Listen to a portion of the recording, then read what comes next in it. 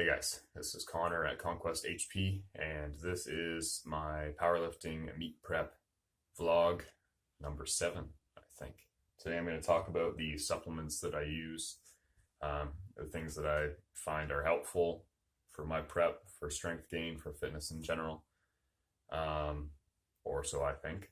You know, it's hard to measure these things, but it's a pretty short list, so this should be a little shorter video today, and let's get right into it.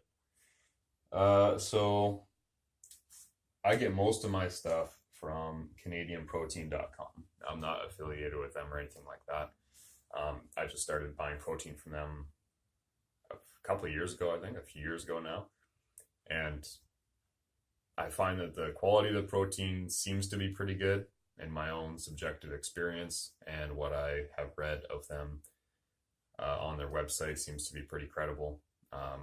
And I like the idea that what I'm buying is being packaged and sent to me right away, rather than sitting in a tub, on a truck, on a shelf, on a who knows what for who knows how long. So the protein I've been getting from them lately is their grass-fed New Zealand whey protein. That's a little more expensive than the basic whey protein concentrate that I recommend for most people. It's no real taste difference.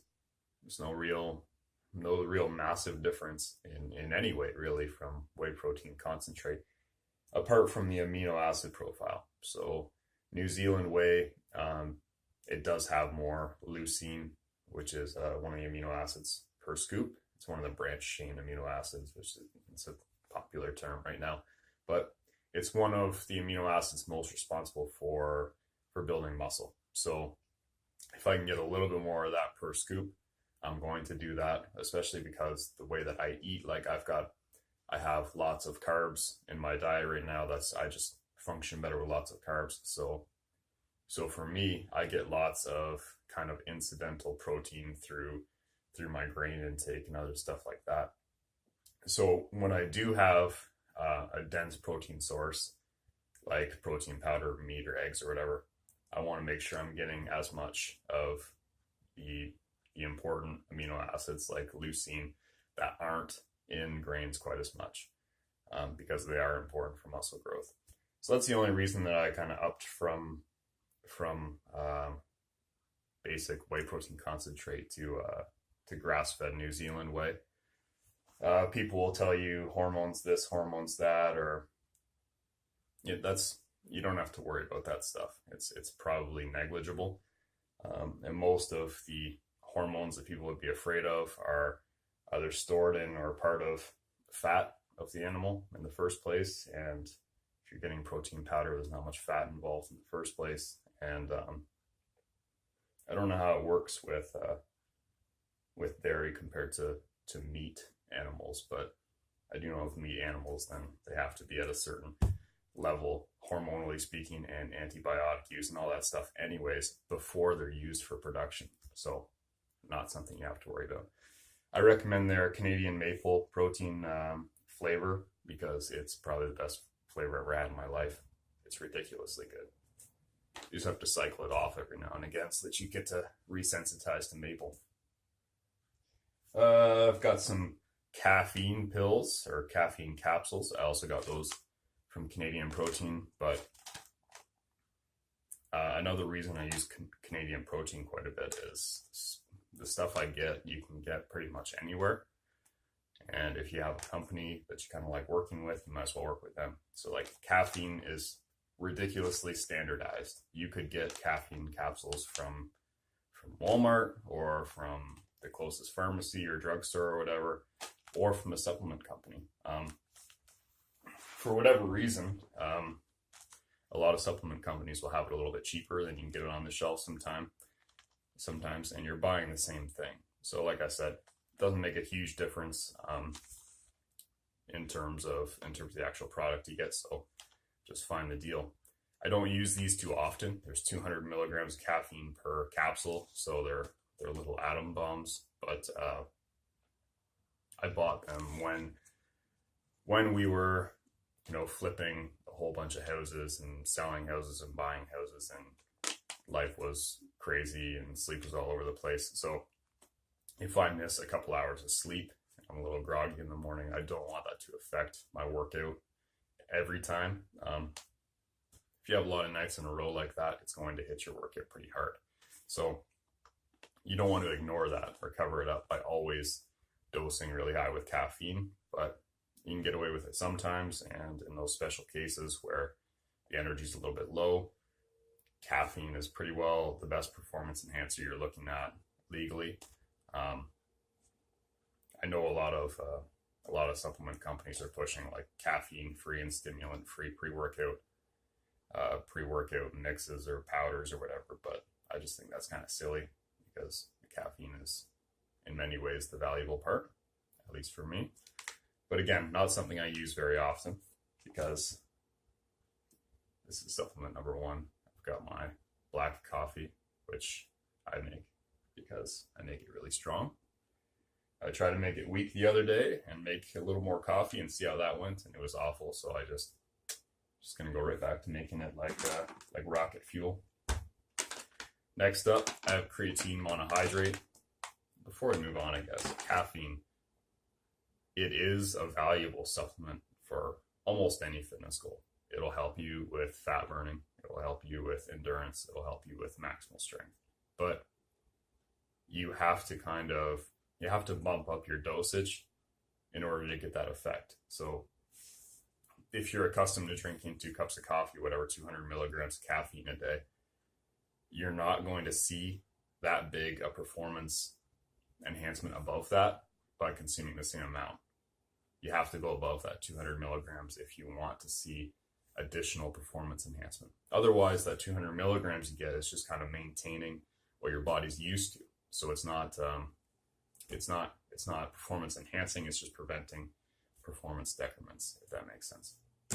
Anyways, Creapure, creatine monohydrate. Again, Creapure is a lab in Germany, I think, or somewhere in Europe, and they're just famous for making the highest quality creatine monohydrate. It cost me like a negligible amount above generic creatine monohydrate, so I thought I'd give that a try. But creatine monohydrate, very cheap supplement, one of the most researched supplements there is, and again, can help you with endurance goals, can help you with maximal strength goals, helps you with building muscle. And it's not just a game day kind of thing. Like, it's not a take it when you want to lift more kind of thing. It's like if I take this every training day and I build up a level of it and I continue to train at a slightly higher level for a couple months at a time, I'm going to come out way ahead than if I didn't do that. So that's why I take it. Cheap. There aren't any drawbacks to taking it. Yeah, can't go wrong there, right? Also from Canadian Protein, because again, you can get it from anywhere. I like them.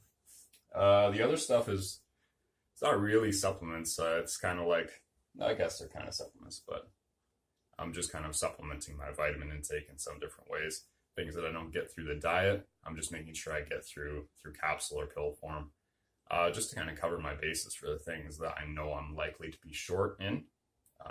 But I don't take outrageous doses of it because I'm just trying to bring my body kind of up to a baseline. I don't need, like, the idea that taking more of a vitamin is better is a silly idea, and it's a dangerous idea. Once you exceed the amount your body needs, you're getting zero benefit from taking more. So when you see ridiculous supplement labels that say 54 bazillion% of your daily B12, you only need so much B12, and if you're consuming meat regularly, you're getting B12 through your diet.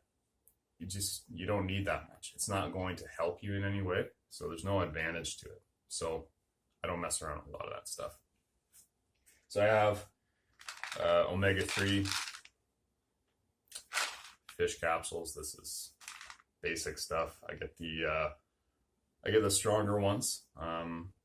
Each pill 420 EPA, 280 DHA. I think they're just like twice as strong as the standard kind of stuff. These are from Walmart, actually. I get them from Walmart because they're cheap and because they're strong and I could get them from anywhere again, but I'll take more of them if I'm getting them cheaper, and that's half the battle. There are arguments about purity of the fish oil capsules that you get from certain places, but I don't see any way for me to validate that on my own. So I'm just going to pick the one that's easiest for me to take more of. What else? Zinc citrate.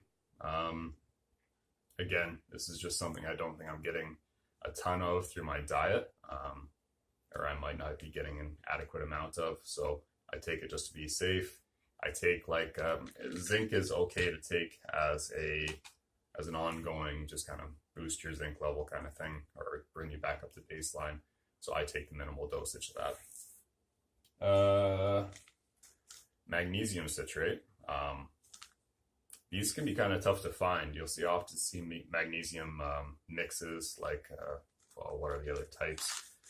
Whatever the other types are apart from the citrate, but citrate seems to be the best absorption-wise, so I go out of my way to get those. Again, I take a baseline. Magnesium is another thing that can get depleted with really hard training, and I train like an animal, so I just plan on it being depleted. Plan on taking a little more just to keep me at kind of that normal resting level. Again, I'm not going to try to like super load my magnesium. That's a terrible idea. Don't ever do that. Don't ask me why. And last but not least is vitamin D, which is, this is one's from Jameson. It probably also came from Walmart. Yeah, it's vitamin D, 1,000 IU per pill, D3, pretty basic stuff.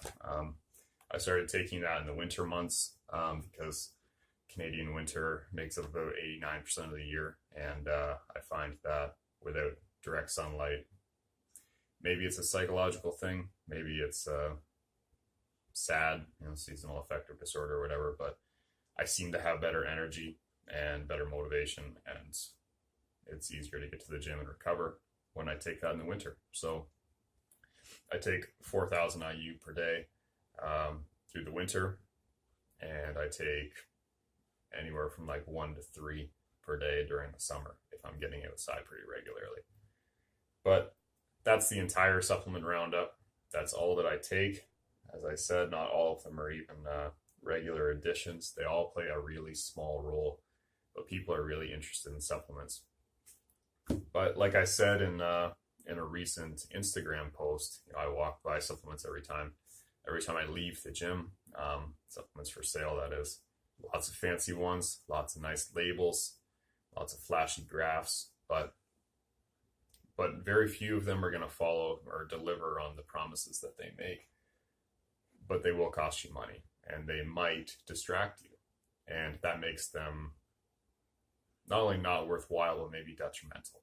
So I look at these things for what they are, and I accept that they might help me with performance, they might help me with recovery, with building muscle, whatever, but I'm not relying on them for my performance. I'm not relying on them to make my gains. I am just taking them in the hope that they do something for me, and I'm trying to make all the progress I can make with the actual process that I can control, which is my training, which is my sleep, and my diet around this stuff. These things do not replace any of those big blocks.